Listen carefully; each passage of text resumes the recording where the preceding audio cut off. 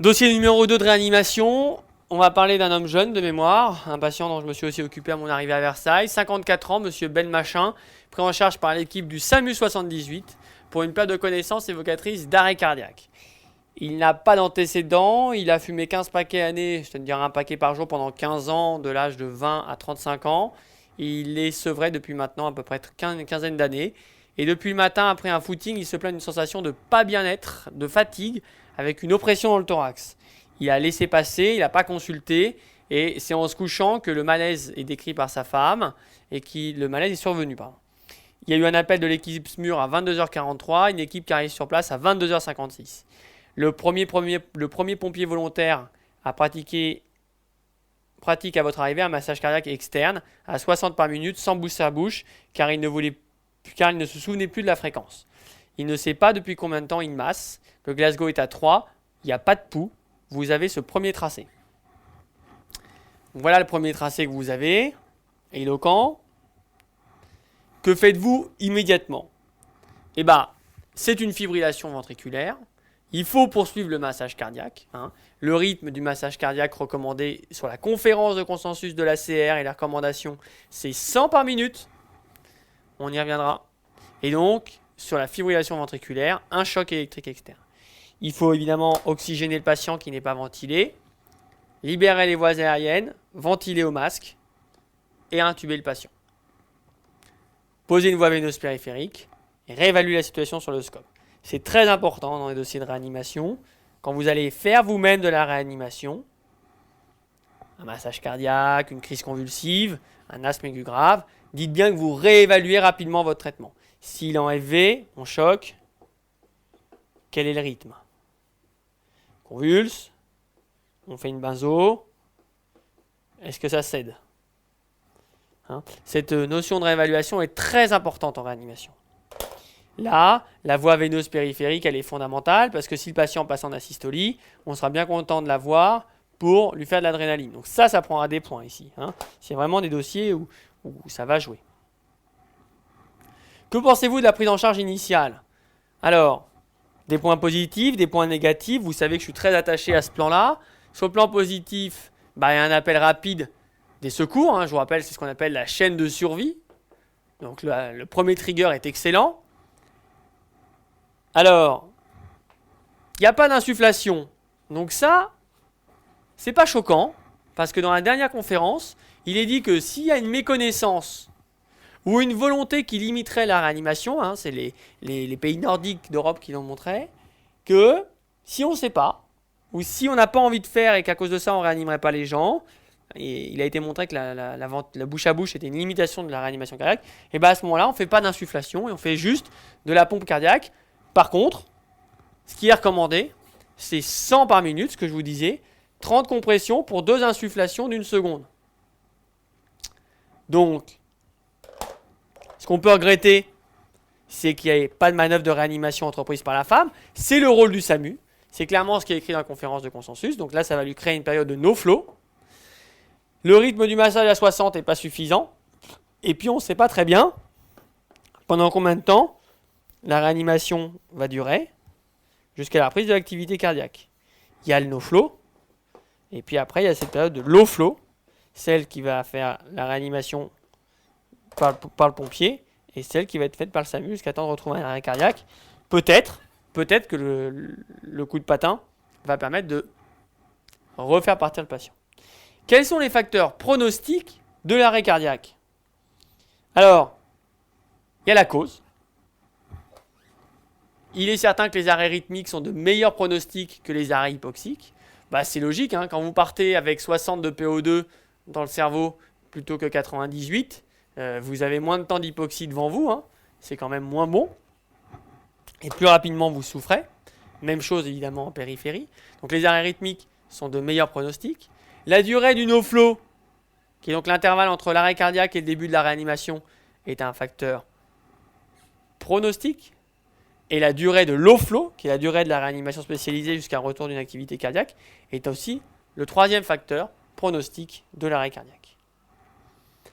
Votre premier traitement est en échec, le rythme est identique, il n'y a pas de pouls, que proposez-vous? Donc là, sa base directement, c'est ce qui est encadré en violet, sur le texte de recommandation de la prise en charge de l'arrêt cardiaque SAMU et CRLF. Donc, on est face à une fibrillation ventriculaire, premier choc en échec. À ce moment-là, deuxième choc. Et en cas d'échec, adrénaline bolus. Et je vous lis le texte. En cas de fibrillation ou de tachycardie ventriculaire sans pouls, la première injection d'adrénaline doit être réalisée après 2 minutes de réanimation cardiopulmonaire. Dès qu'une voie veineuse est obtenue, vous voyez bien les points qu'on a attribués à la dernière, à la question 1, immédiatement avant le deuxième ou le troisième choc électrique externe. Donc bon, là je vous ai mis après le troisième. En l'absence de reprise d'activité circulatoire spontanée. Donc ça, c'est le cas de notre dossier. Si malgré ça, la fibrillation ventriculaire persiste, à ce moment-là, il faut faire un antiarythmique de la cordarone. Et je vous lis le texte. L'amiodarone est recommandée en cas de fibrillation ventriculaire ou de tachycardie ventriculaire sans pouls, résistante au choc, immédiatement après le troisième ou le quatrième, à la dose de 300 mg par voie IV, ça on s'en fout. Bref, je vous rappelle que la cordarone, je crois que les ampoules sont à 200, mais c'est pas très grave. Donc, on est d'accord, la fibrillation ventriculaire, un choc, 2 chocs, en échec, de l'adré, un troisième choc, et si ça n'a pas marché, de l'amiodarone. Je n'ai rien inventé, c'est ce qui est écrit dans le texte de consensus. Quel traitement neuroprotecteur faut-il débuter ? Eh bien, la neuroprotection, ça a beaucoup changé ces 6 dernières années. C'est l'hypothermie. Les premiers cas rapportés d'hypothermie non thérapeutique, c'est des arrêts cardiaques dans des pays glacés où les gens font l'arrêt et tombent dans la rivière et où ils ont une survie qui est meilleure et notamment un pronostic neurologique. Donc il a depuis été démontré dans de grosses séries que l'hypothermie était protectrice. Celle-ci doit durer 24 heures avec un objectif de 34 degrés. L'idée étant de consommer le minimum d'oxygène et de limiter la réaction inflammatoire cérébrale. Il faut les curariser. Alors, je vous lis le texte. L'hypothermie induite entre 32 et 34 pendant 12 à 24 heures doit être réalisée le plus tôt possible chez les adultes victimes d'un arrêt cardiaque extra-hospitalier en fibrillation ventriculaire. Lorsqu'il est réalisé une hypothermie, il est nécessaire de curariser le patient avec la sédation. C'est normal parce que s'il est hypotherme et que vous ne le curarisez pas, il peut se mettre à frissonner et à ce moment-là, consommer de l'oxygène. Or, le but, c'est d'avoir une consommation d'oxygène minimale. Quelles sont les autres mesures thérapeutiques nécessaires initialement ? Bon, c'est un patient en post-arrêt cardiaque, donc il va être curarisé, évidemment, il faut maintenir la ventilation mécanique. Le sédater et le curariser pour diminuer la consommation d'oxygène, c'est ce que je viens de vous expliquer. Il va falloir mettre des tuyaux dans tous les sens, une sonde urinaire, une sonde gastrique, un cathéter central, un cathéter artériel. Pour limiter l'œdème cérébral, des apports plutôt isotoniques, pas d'apport hypotonique. Il faut faire une prévention de la maladie thromboembolique puisqu'il va être complètement alité, curarisé. Et puis monitorer température pour l'hypothermie, diurèse, hémodynamique et ECG. Alors justement, notre ECG, le CG de notre patient, c'est celui-là. Premier tracé post-arrêt chez un monsieur qui avait une douleur thoracique persistante. Je ne suis pas cardiologue, mais je suis quand même capable de voir qu'en V1, V2, V3, V4, il y a un sus-décalage du segment ST assez important. Je ne vois pas de franc miroir, mais je vois ça et je dirais que le monsieur a clairement un infarctus en voie de constitution, un infarctus antérieur, excusez-moi. Et donc, que faites-vous ? C'est une urgence absolue. Il faut débuter un traitement médical par des antiagrégants et une anticoagulation efficace. Et c'est recommandé. Sur l'arrêt rythmique, la première cause, c'est la cardiopathie ischémique. Si le tracé est évocateur d'une anomalie, c'est une indication à une coronarographie pour un geste de revascularisation, donc une angioplastie transluminale, pour dilater les vaisseaux et revasculariser le myocarde, et éventuellement mettre en place un stent selon la nature et la localisation de la lésion coronarienne. L'évolution va être plutôt défavorable, pardon. Le patient ne retrouve aucune activité cérébrale 10 jours après le lever de la sédation. Il il est cliniquement en état de mort encéphalique. Décrivez ce qu'est l'état de mort encéphalique. Rappelez les conditions légales du non-organe. L'état de mort encéphalique, c'est un coma flasque, hypotonique, Glasgow 3, pas d'ouverture des yeux à la demande, pas de réponse motrice, pas de réponse verbale, pour faire simple.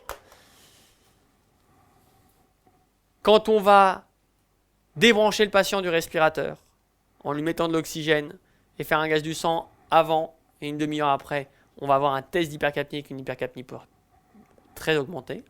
Il n'y a pas de stimulus ventilatoire, pas de ventilation spontanée. Et pour cause, le tronc cérébral est niqué, passez-moi l'expression. Il n'y a pas de réflexe oculomoteur, pas de réflexe oculocardiaque. Quand vous appuyez sur les yeux, il n'y a pas de baisse de la fréquence cardiaque, pas de réflexe cornéen, pas de tout quand vous aspirez votre patient. Évidemment, il ne faut plus que le patient soit en hypothermie thérapeutique, mais c'est 24 heures et on est au 10e jour. Il faut que la sédation ait été levée et qu'elle ait eu le temps d'être éliminée. Il ne faut pas que le patient soit curarisé, sinon il ne pourra pas bouger. Et puis, il ne faut pas qu'il soit en hypotension artérielle. Tout ça est issu d'un papier de l'Établissement français des greffes et de la SFAR et d'un décret officiel de 1996. Comment pouvez-vous confirmer votre diagnostic? Il y a deux grandes techniques.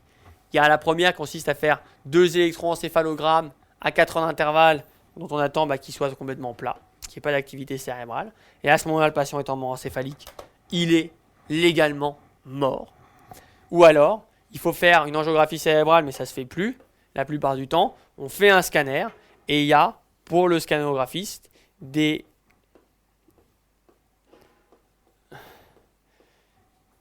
points vasculaires sur plusieurs artères perfusant le cerveau qui ne vont pas être perfusés, qui vont dire, voilà, pas de perfusion cérébrale, le patient est décédé. Alors, ça, c'est pour vous rappeler les réflexes du tronc cérébral. Ça, c'est le Pierre-Marie Effroy, ça teste le 7. Ça, c'est le réflexe cornéen et ça, le réflexe de tout. Ça, c'est les réflexes oculocéphalogyres et ça, c'est les réflexes photomoteurs. Et voilà ce que ça teste.